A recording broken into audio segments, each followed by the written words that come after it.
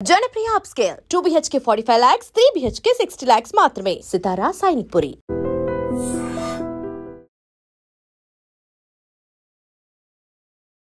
Hi hello నమస్తే welcome back to our channel. నేను మీ వైషు. గుంటూరు నుంచి చర్లపల్లి వెళ్తున్న రైల్లో తెలియని ఒక వ్యక్తి ఒక అమ్మాయి మీద అత్యాచారం చేసి అక్కడి నుంచి వెళ్ళిపోయాడు. అలాంటి ట్రైన్లో ఎంతమంది జనం ఉంటారు, ఎవరు చూడలేదా? అమ్మాయిని అత్యాచారం చేసి అమ్మాయి బ్యాగ్ తీసుకొని వెళ్ళిపోయేంత వరకు ఎవరు ఎలా పట్టించుకోలేదు. రైల్వే సిబ్బంది అంతా ఏం చేస్తున్నారు, అండ్ నార్మల్ జనాలైనా ఏం చేస్తుంటారు. కత్తి పట్టుకొని బెదిరించాడంట ఆవిడ్ని. ఈ విషయం గురించి మాట్లాడడానికి ఈరోజు నాతో పాటు సోషల్ యాక్టివిస్ట్ కృష్ణకుమారి గారు ఉన్నారు. మేడంతో మాట్లాడదాం. హలో మ్యామ్, నమస్తే. బాగున్నారా?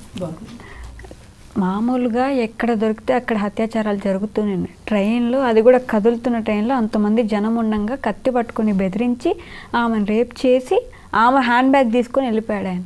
ఎలా చూడాలి అసలు మా మీ సిచ్యువేషన్ని? రైల్వే సిబ్బంది ఏం చేస్తున్నట్టు, జనాలు ఏం చేస్తున్నారు? అంటే ఎప్పుడన్నా ఒకసారి ట్రైన్లలో తక్కువ మంది ఉన్నప్పుడు ఇలాంటి పనులు జరుగుతాయి.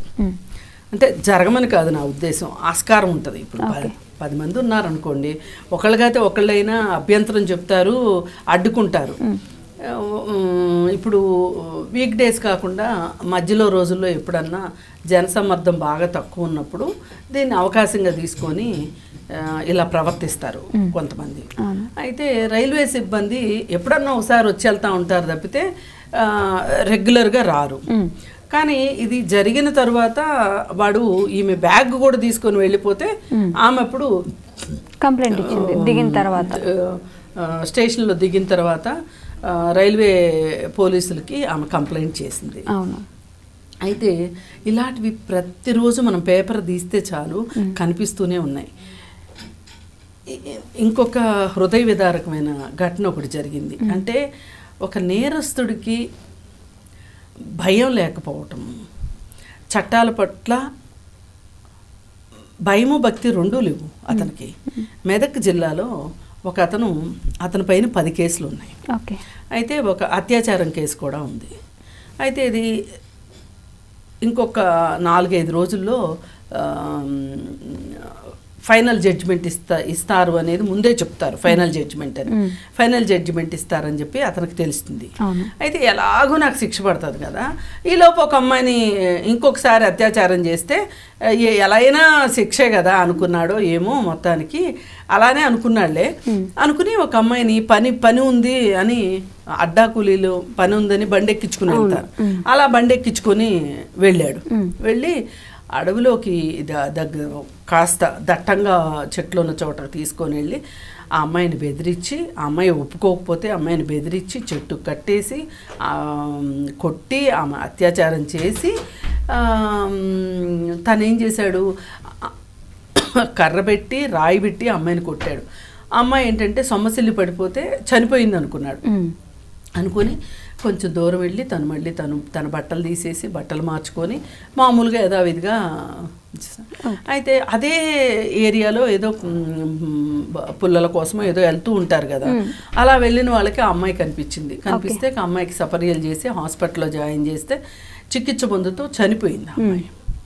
ఇప్పుడు ఇతన్ని అరెస్ట్ చేశారు. అంటే ఇతను ఈ అమ్మాయిని ఎవరు ఎక్కించుకొని వెళ్ళి ఉంటారు, ఎక్కడి నుంచి తీసుకొచ్చి ఉంటారు ఏంటి అనేది చూస్తే సీసీ కెమెరాల్లో చూస్తే ఇతను బండి మీద ఎక్కించుకుని రావటం కనిపిస్తే ఇతని కోసం అని వెతికితే ఇతను దొరికితే పట్టుకుని పోలీస్ కస్టడీలో విచారిస్తే అతను చెప్పిన కారణం ఇది, నాకు రేపో మాపో ఎలాగో శిక్ష పడబోతుంది, అందుకని శిక్ష పడేలోపు ఇంకోసారి చేద్దామనిపించింది.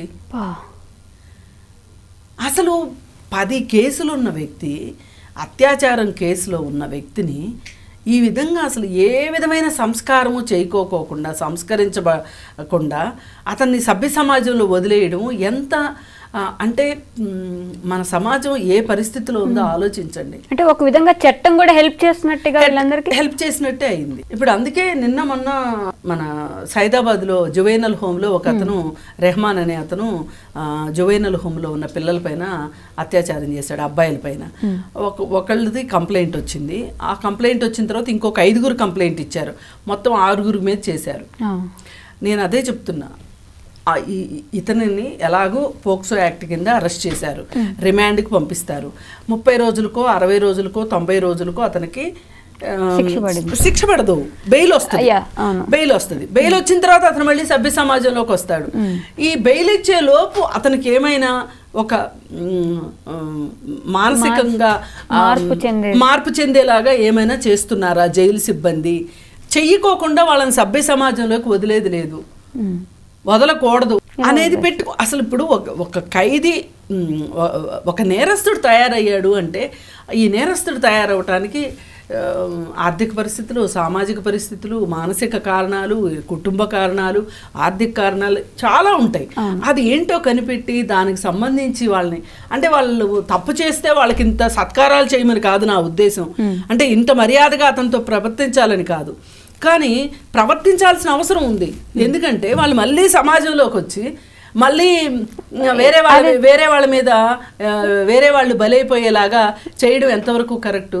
సేమ్ తప్పులు మళ్ళీ రిపీట్ చేస్తున్నారు కదా, మళ్ళీ రిపీట్ చేస్తున్నారు. భయం లేదు అసలు, ఏమైనా చేస్తారు, పోలీసులు చంపేస్తారనే భయం లేదు. ఇట్లా మనం మాట్లాడుకుంటూ వెళ్తే మనకు సమయమే సరిపోదు. ఎన్నో కేసులు నిన్న పేపర్లో అయితే ఒకే రోజు వరుసగా ఇక ఒక పేజీ నిండా ఇవే వార్తల్లో, బాలుర పైన అత్యాచారం చేశారా, బాలికల పైన అత్యాచారాలు చేశారా, ఈ ఖమ్మంలో ఒక సోషల్ వెల్ఫేర్ హాస్టల్లో వార్డెను ఒక బాబు మీద అత్యాచారం చేసింది జాలకోకుండా ఏంటిది అని అడిగారని చెప్పి పురుగు మందు దాగి చచ్చిపోయి, ఎలాగో నిరూపణ అవుతుందని అర్థమైపోయింది. ఇలా ఉంది పరిస్థితి. ఈ పరిస్థితుల్లో ఇప్పుడు ఈ ట్రైన్లో జరిగిన దానికి వీటికి నాకేమి పెద్ద డిఫరెంట్, స్థలాలు పేర్లు మారుతున్నాయి తప్పితే జరిగేదని ఇలాంటివే జరుగుతున్నాయి. ట్రైన్ లో పక్కన ఎవరు చూడలేదంటారమ్మా? అంటే చూస్తే ఎవరు ఊరుకోరమ్మా, వాళ్ళకు కూడా భయం ఉంటుంది, ఎవరన్నా చైన్ లాగుతారో ఏం జరుగుతుందో ఏంటో అని. ఒక్కొక్కసారి బోగీలు ఖాళీ ఉంటాయి, ఆ ఖాళీ ఉన్న బోగీలో వాడు చేసి అసలు మెంటల్ స్టేట్ ఎలా ఉంది అసలు? కత్తి పట్టుకొని బెదిరించి అత్యాచారం చేసే అంటే అవసరం ఏమొచ్చింది? అవును, వాళ్ళు ఒప్పుకోకపోతే ఏం చేస్తాడు మరి?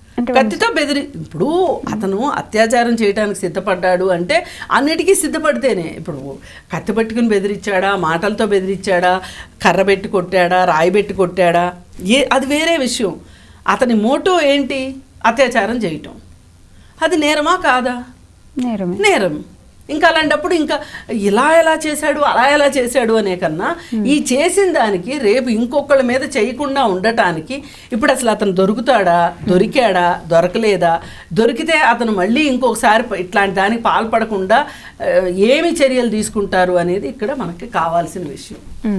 ఎలాంటి చర్యలు తీసుకుంటారు అసలు? రైల్వేలో ఇప్పటికీ ఇట్లాంటివి చాలానే జరుగుంటాయి. ఇప్పుడు అదే కొంచెం హిజ్రా వాళ్ళు వచ్చేసి ఇబ్బంది పెట్టడము, వాళ్ళే కొట్టేసి ఇది చేయడము చాలానే జరుగుతుంటాయి. ఇప్పటి వరకు అలాంటి వాటి మీద రైల్వే పోలీసులు వాళ్ళు తీసుకునే చర్యలు వాళ్ళు తీసుకుంటారు. వాళ్ళ కొంచెం రైల్వే పోలీసులు కఠినంగానే ఉంటారు. దాని గురించి కాదు, అసలు మామూలుగా సమాజంలోనే అసలు ఈ సమాజానికి ఏమైంది అనిపిస్తుంది. సమాజానికి చేడు పురుగు పుట్టేసింది అది. అసలు దరిద్రమైన సమాజంలో మనం ఆల్రెడీ బ్రతుకుతూనే ఉన్నాం. ఇన్ని సిచ్యువేషన్స్ జరుగుతూనే ఉన్నాయి. చట్టానికి భయం ఎవరూ లేదు, ఎవరికి అంత భయమే లేదు. అవగాహన లేదు. అవగాహన కలిగించాల్సిన అవసరం ఉంది. అలాగే ఒక నిందితుడు పోలీసుల చట్టం చేతికి చిక్కాడు అంటే మనకి అతన్ని బాగు చేయాలి అనేది లేదు. ఏదో ఒక మొక్కుబడిగా ఏదో ఒక కేసు పెట్టేయడము, రిమాండ్కి పంపించడము, రిమాండ్ నుంచి వచ్చిన తర్వాత చాలా సింపుల్గా అతను అప్పుడప్పుడు కోర్టుకి వెళ్ళి వస్తూ ఉంటాడు. ఈ లోపు అతనికి పెళ్ళి అవుతుంది, పిల్లలు పుడతారు, ఈ లోపు సాక్షులు ఉండరు. ఆ విక్టిమ్ అమ్మాయి కూడా కోర్టుకి వచ్చి ఇసుకుపోయి రావడం మానేస్తుంది. ఇంక వీళ్ళు అంటే ఇప్పుడు ఇతనికి ఏమన్నా గిల్ట్ ఉండి ఇతను ఏమన్నా మారతాడేమో కానీ ఏం జీవితం, అతని జీవితంలో ఏం మార్పు వచ్చింది, మనం చేసినా ఇంతే అనే ఒక చులకన భావన వచ్చేసేసింది. చాలా ఆషామాషి అయిపోయింది. అందువల్ల కూడా ఎక్కువ జరుగుతున్నాయి. ఇది కూడా నిజంగా ఒక రకంగా అసలు వీళ్ళందరూ ఎందుకు ఇలా ప్రవర్తిస్తారు, వీళ్ళకి ఏం చేయాలి ఏంటి అనే దాని మీద ఆలోచించాల్సిన అవసరం. Okay ma'am, thank you. నిజంగా ప్రస్తుతం ఉన్నటువంటి సమాజం దేనికి ప్రయారిటీ ఇస్తుంది? ఆర్థిక సంబంధాల చుట్టూ మాత్రమే తిరుగుతోంది. మళ్ళీ ఎన్నికలంగానే చాలా విరక్తి కలుగుతున్నాం. మంచి అనిపిస్తుంది కదా, లేడీస్ కూడా ఛాలెంజింగ్ జాబ్స్ చేసినప్పుడు చాలా బాగుంటది. ట్రాఫిక్ అసిస్టెంట్స్ గా నియమించిన ట్రాన్స్జెండర్స్ అందరితో సాల్యూట్ చేయించుకుంటున్నారు. ఫుడ్ డెలివరీ ఇవ్వటానికి వెళ్ళినటువంటి డెలివరీ బాయ్ అనిల్ పై కళ్ళ ముందు